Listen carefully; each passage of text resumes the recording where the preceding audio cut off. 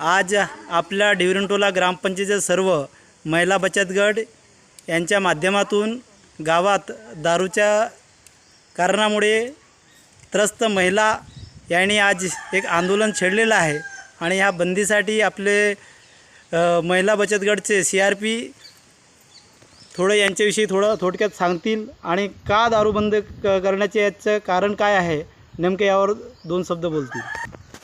हां बोला. सर्वांना नमस्कार. माझे पूर्ण नाव सुषमा धनराज वैद्य.